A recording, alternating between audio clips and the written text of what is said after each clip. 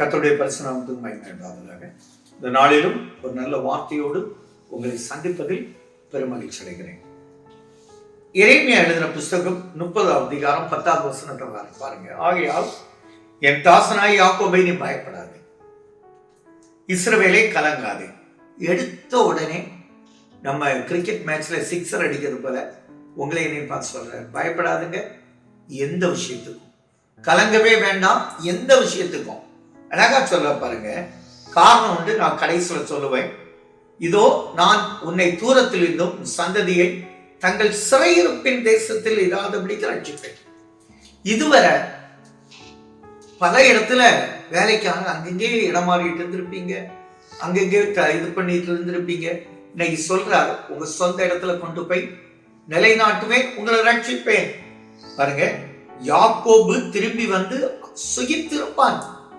பாருங்க எவ்வளவு அழகான வார்த்தை, சுகித்திருப்பான்னு நம்ம தெரியும். எல்லா வளங்களோடு ஒரு குறைவில்லாத ஒரு மாட மாளிகையோடு ஒரு குறைவில்லாத ஒரு வாழ்வை நாம் பெற்று அனுபவித்து ஆண்டவருக்குள்ள சுகித்திருக்க பண்ணுவார் என்று வார்த்தை எரேமியா தீர்க்கதரிசி அழகா சொல்றார். அடுத்த வார்த்தையை பாருங்க, அவனை தத்தளிக்க பண்ணுகிறவன் இல்லை. அடுத்த வசனத்துல, நான் உன்னை ரட்சிப்பதற்காக நான் உன் கூட இருக்கிறேன்.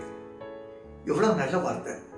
இதுவரை ஒருவித தத்தளிப்பு இருந்திருக்கலாம், தோல்விக்கு மேல தோல்வியை சந்தித்திருக்கலாம், எது தொட்டதெல்லாம் தத்தளிப்பா இருக்கும். பிரச்சனைக்கு மேல பிரச்சனை, அலுவலகத்துல போற இடத்துல, பஸ்ல போகும்போது, வீட்டுல இருக்கும்போது, பக்கத்து வீட்டுக்காரங்களோடு நீங்க சோதிக்கப்பட்டிருக்கலாம். அதனால இடம் மாறி வந்திருக்கலாம். இனி ஒரு இடத்துல கர்த்தர் உங்களை சுகித்திருக்க பண்ண போகிறார்.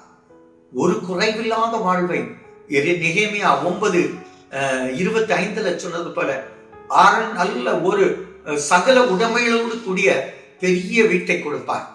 செல்வமாய் வாழ்வீங்க, குறைவில்லாத வாழ்வு. அதுதான் சுகித்திருக்க பண்ணுவார். தத்தளிக்க பண்ண வேண்டிய அவசியம் இல்லை.